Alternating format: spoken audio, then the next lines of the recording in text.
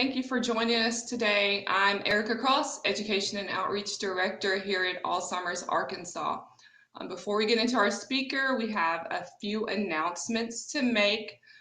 Carolyn's can't be with us today. She had another engagement, but I'm excited to be here and bring our speaker. This Saturday, we have a drive-in movie in Jonesboro. That's August 22nd. It's on the campus of Arkansas State University. You can go to our website and purchase a ticket at alzark.org/movie. If you get the tickets online, they're $8. Otherwise, they're $10 in person. Also, in September, we have our Online Hope.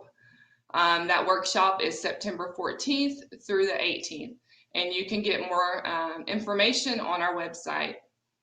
On September 19th, we have our 2020 Virtual Walk of Love, and we'd love to have you register. If you go to our website, alzark.org, you can register there. And also, actually, it's alzark.org/walk. That will get you directly to the registration site. You can also text RESPITE, RESPITE, to 71777. And again, for more information at any time, you can also text ALZARK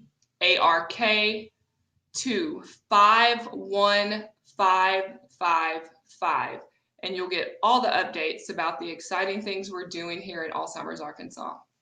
And today we're thrilled to have Tyler from Life Touch Hospice. He'll be speaking about advanced directives and bereavement care. And Tyler is a husband to Emily, dad to Elizabeth Jane.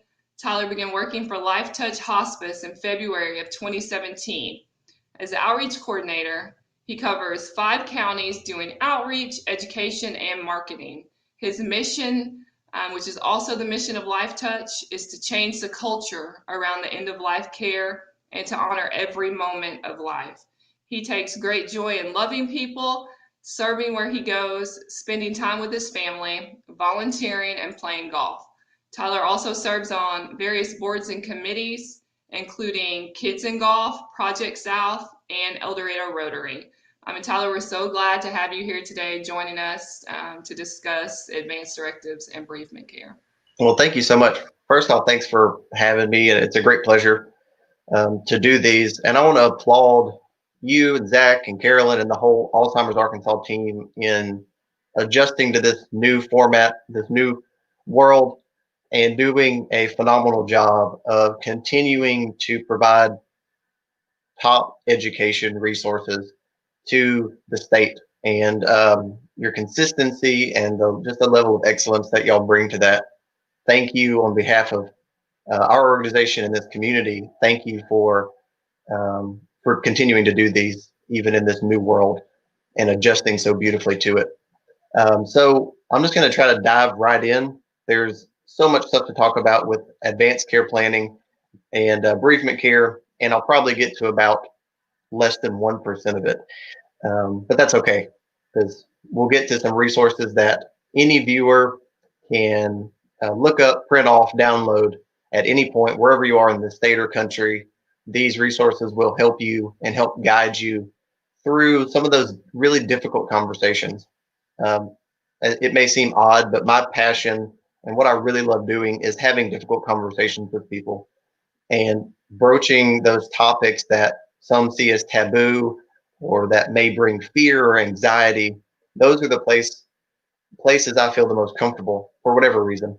And so talking to people about end-of-life care, about suffering, about planning for the future are things that I love, and because I feel they have real value with people. So one thing I want to mention is y'all did a wonderful job interview with Kelly Height with Hospice Home Care, and she talked about palliative care a few weeks ago. And so part of what I wanted to talk about was palliative care, but she covered it so well.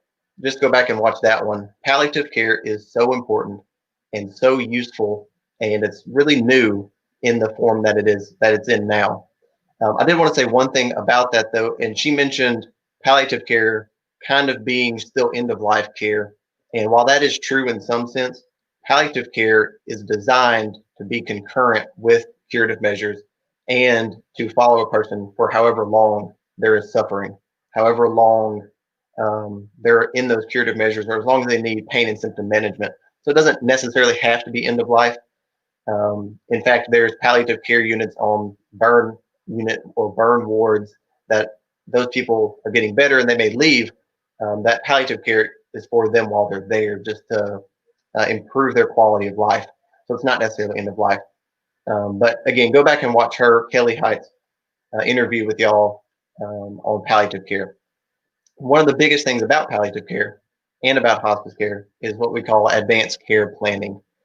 And there's a lot to discuss with advanced care planning. So before I do anything, I want to go to our website, which is just lifetouchhospice.org. And what you'll see is just kind of how our website looks. I'm already on the page here, but there's this little tab over here, and you'll go to what we do and resources down here. And this is what will come up. So what you'll see is I've got indicators for hospice eligibility, and that's its own thing. But most of this is geared towards advanced directives and learning how to plan for the future. So you've got advanced care planning information that will take you to the National Hospice and Palliative Care Organization with a plethora of resources there. This one is the specific Arkansas Department of Healthcare planning forms, which takes you to Arkansas. So one of the things about advanced care planning, it is state specific. So there are very few documents that go from state to state. But one of those documents is the 5 Wishes Advanced Directive. That is legal as an advanced directive in 42 states. And so if you travel, if you plan to move, if you're looking at anything in that realm of moving from state to state, look at that 5 Wishes, because it will follow you from state to state, whereas the Arkansas specific one won't. We'll go into what goes into these forms in just a minute, but just so everyone knows where all these documents are found, just go to lifetouchhospice.org, what we do, and go to resources, and those are available anytime you need them. You can print them off, download them, or contact us if we can help send you any other forms. You can always contact us wherever you are. Even though we have a 5-county service in South Arkansas, our mission goes beyond that. If you need help with advanced care planning, bereavement services, those sort of things, reach out and talk to us. Those are too important to allow those minor details to get in the way. Anyway, so you'll see other resources in there. And then at the bottom, a year and a half ago, I did a interview with our local radio station, and it's in 2 parts. It's about 30 minutes, 15 minutes each, where I go into detail about advanced care planning. So feel free to watch this video that we're doing now. Obviously, you're watching now, or those of you watching later. But if there's any details you missed out on, or you want to find a different place where we're talking about it, our website also has a couple of discussions that I did a year and a half ago. So let's go back to some of the specifics about what advanced care planning is. So I'll use kind of a real true blue definition, even though I'm normally pretty off the cuff. So advanced care planning has been defined as a process of discussing and recording of wishes, values, and preferences for future care and treatment held between an individual, family members, and their care providers that takes effect when the person loses capacity. And that last phrase is very key in this conversation, because a lot of people think, well, if I do these plans, that means I'm giving up control now. And that's absolutely not the case. When you designate a healthcare proxy, also known as an agent, healthcare agent, also, this is some of the confusion that gets into it, also known as a medical power of attorney, all those essentially mean the same thing. That once you name that person, they don't get to make every decision for you right away. The decision-making capacity goes to them when the person that filled that out loses capacity.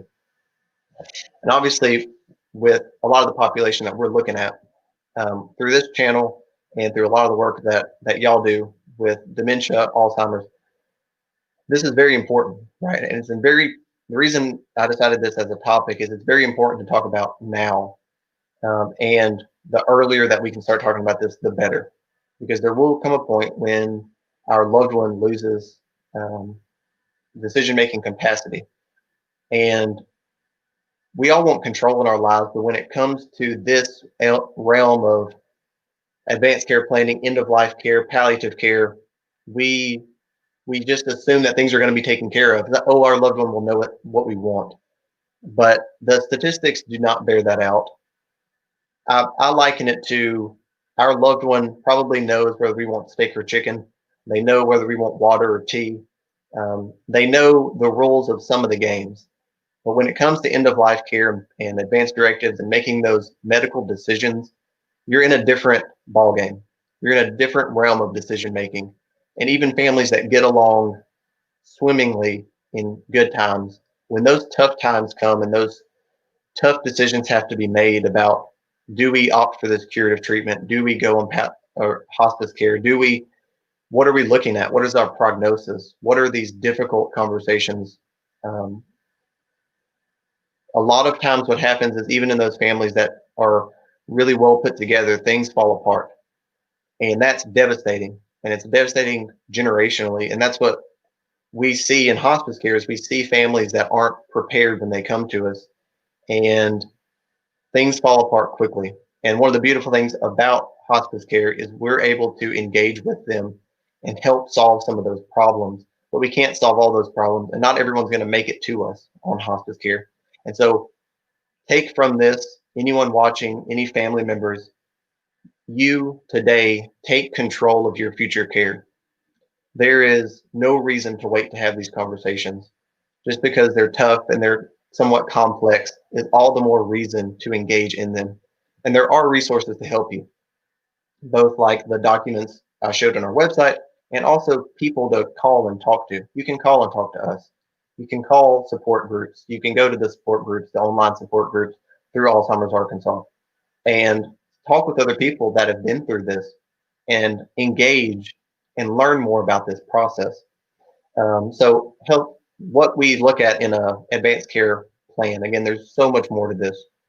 The biggest two things are a healthcare proxy, which again I mentioned earlier, or a healthcare agent, also known as a medical power of attorney, and a living will. And those two pieces work in tandem to make sure that the person who's making the decisions is making the decisions based on what the loved one, the person wanted. Not based on assumption, not based on, well, I guess, based on this one conversation we had 10 years ago, 20 years ago, or even 5 months ago, that this is what they would want. It's in your writing, the loved one's writing, what they want, whether it's the type of funeral service that they want, whether it's the type of burial that they want, whether they want hospice care, what quality of life they're willing to have at a given point. And all these things are ongoing conversations that you have to be having, but you also have to document them. And so let me try to go to one of the actual forms and see if I can bring that up. So part of the difficulty when we have these conversations is sometimes we think, well, we got to have a lawyer. We got to involve a lawyer if we're going to do this, or we have to get everyone involved. We have to talk to our doctor about every piece of this. And what hopefully this document shows you is it's relatively simple in the actual layout of it. Now, that doesn't necessarily mean the conversations that go into it are simple, but you can do this without a lawyer, discussing with your family, and you don't have to even have a notary to sign it for it to be legally valid. And we'll get to that as we get down. So you'll see in the top part of this where it names the agent or the medical power of attorney or the healthcare proxy. Those are all the same thing. Again, so you'll name the person, your relation to them, and their information. I highly recommend everyone fill out an alternate agent. So if that first person, that first agent is not able to be contacted, maybe they're not with you, it's an emergency situation, there's automatically another person to talk to. So the medical team isn't left floundering in who to contact. And this really helps medical providers as well. Nothing's worse than coming into those emergency situations where the medical team wants to focus on the medical things at hand, but can't because they have to make all these other contacts. And so this first part here goes through the agent and the alternate agent. So that takes care of that first part that we talked about, healthcare proxy or agent. The next goes into what we talk about with living wills, which is essentially it's still an advanced directive. So advanced directive covers all of these. It's an umbrella term. Living will guides your family and healthcare team through the medical treatment you wish to receive if you are unable to communicate your wishes. So this is what we get into. This is kind of a truncated version. There are different forms. The 5 wishes is a longer formatted form. Even though it's only 5 questions, 5 wishes, there's a little bit more room to write in. But this is one we find useful when showing it to people just because it's really easy to look at. It's only a page and a quarter. So we go into quality of life. And says, I want my doctors to help me maintain an acceptable quality of life, including adequate pain management. A quality of life that is unacceptable to me means when I have the following conditions. So basically, you're saying, I think it's unacceptable for my quality of life once it gets to this point, whether that's if you're permanently unconscious, permanent confusion, dependent in all activities of daily living, or if you're in an end stage illness. And what this helps do is frame the conversation about what your future care looks like. If you are in your current state, say, if I'm ever permanently confused or unconscious, I don't want to be hooked up to a ventilator. I don't want fluids. I don't want tube feedings. I don't want curative measures taken. Now, those are some broad conversations, and there's plenty of complexities involved in that. But this is to frame that conversation. It's not meant to be bulletproof, that it's going to cover every single scenario, but it will help guide your loved ones and your medical team in making the best possible choices for your quality of life and for your family's quality of life. So basically, again, you're going down and saying, these are unacceptable if I'm in these following conditions. And then treatment. If I'm in that condition, one of those unacceptable conditions, I do or do not want CPR. I do or do not want life support. I do or do not want treatment of new conditions, such as curative measures or blood transfusions or antibiotics. I do or do not want tube feedings. So one of the barriers to filling these documents out is people think, well, this is only so that care can be taken away from me. I don't want to fill out an advance directive because I don't want to give up anything.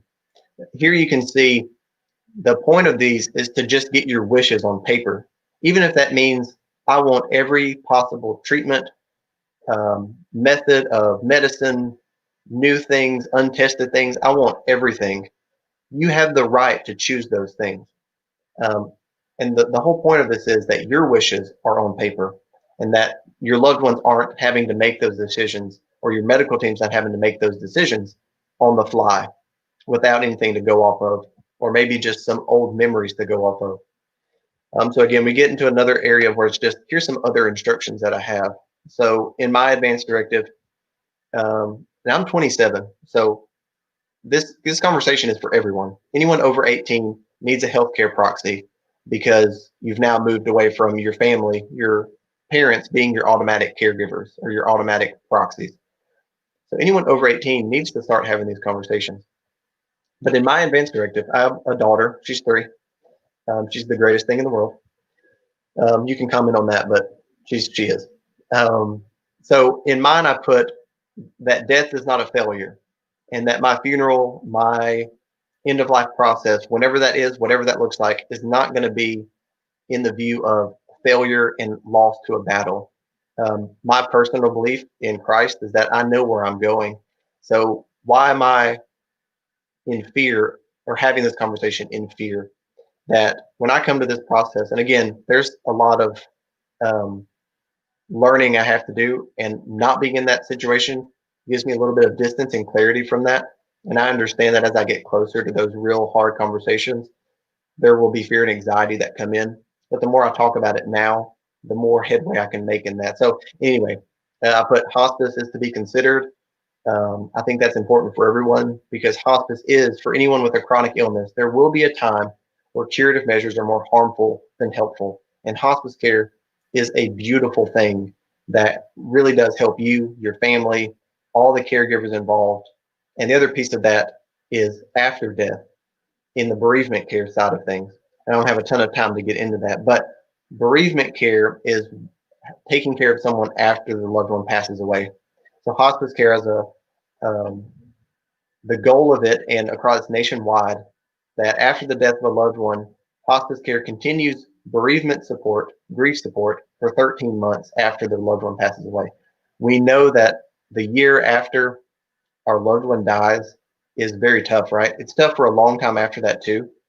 Um, but that first year of the first birthdays without them, the first holidays without them is really crucial to get through to have a normal grief process.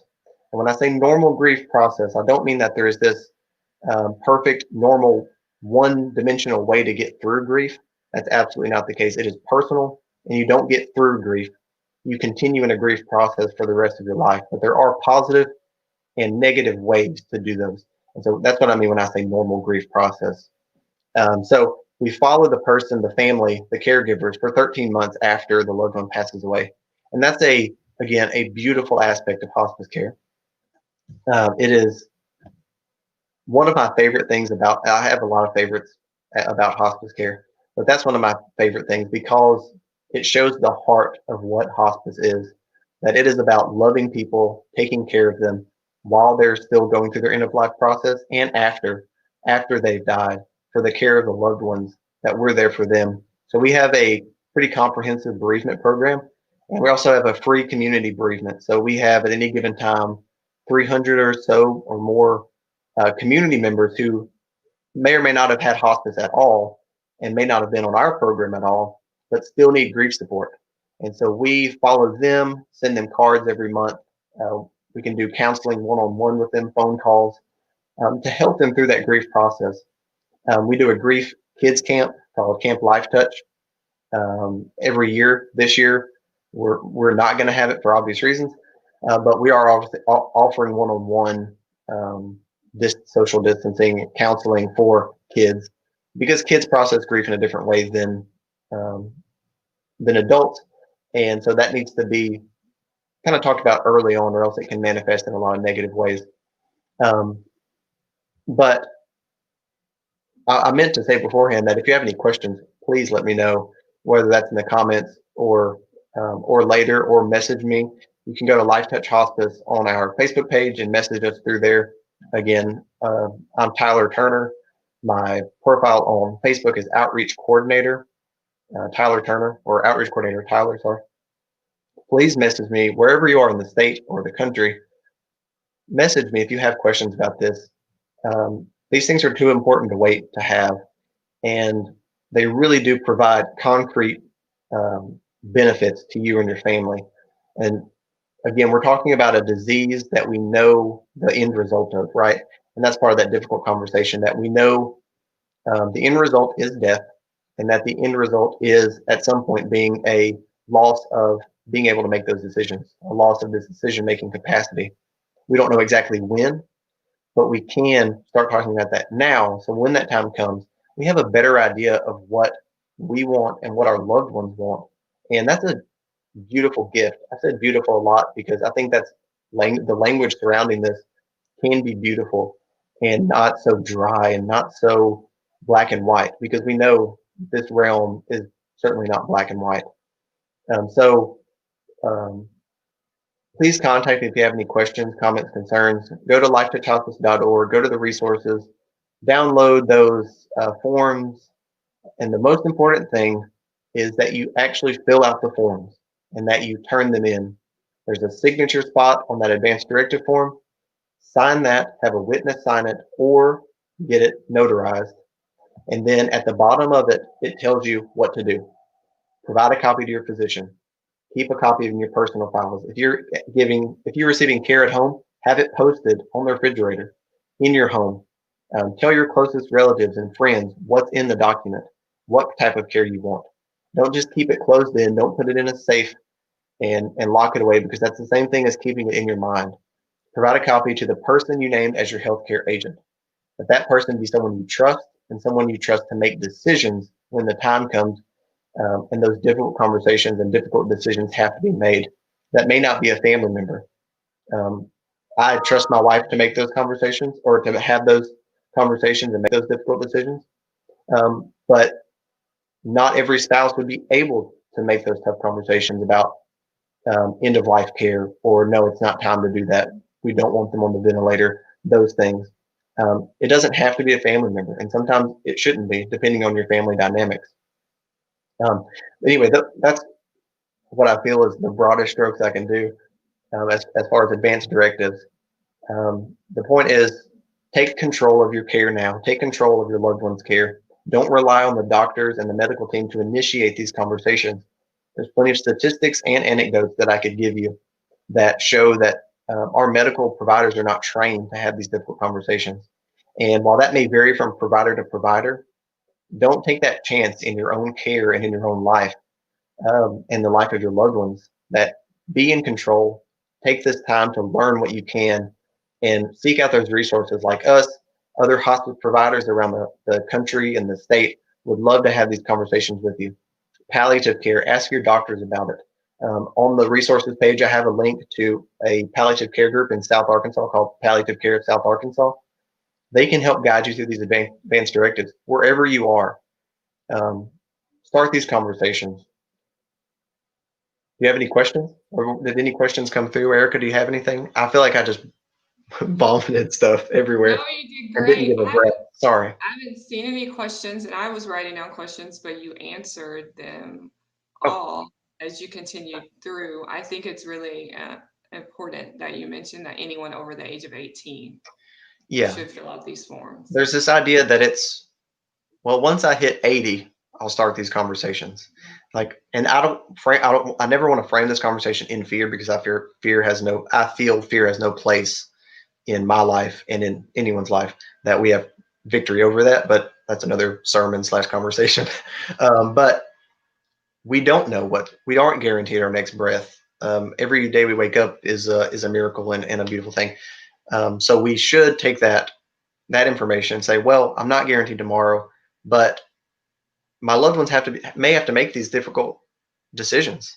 Do I want to give them the gift of knowing what I wanted, or am I going to leave that up to them to make that decision? Right. And obviously, it's not a one size fits all. It's not one conversation. It's a continual conversation, that everyone should have throughout their life. Because what I want now is different than what I want when I'm Sure. 50, 60, 70, 80, God willing. But it's still important that I talk now with my family and figure out what my parents want. And we've done that, and what my in laws want. And we've done that.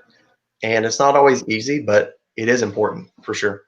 Yeah, yeah, and I think you remove some of the fear when you start discussing it and working through the process and what it looks like. Absolutely. That's the hope for sure. That the more we talk about it, the less fear and anxiety and uncertainty about it, there is. So for sure. Yeah, yeah. Well, I met you like a year ago, and I thought you had a beautiful spirit. Then I think you found your calling. Well, So we really likewise. appreciate you doing this today. And that's all we have. Oh, We thank hope you. to see you in Jonesboro on Saturday. Log on to our website for any other information, or text ALZARK to 51555 for more information. So thank y'all for joining us. We'll see you next week. Thank y'all.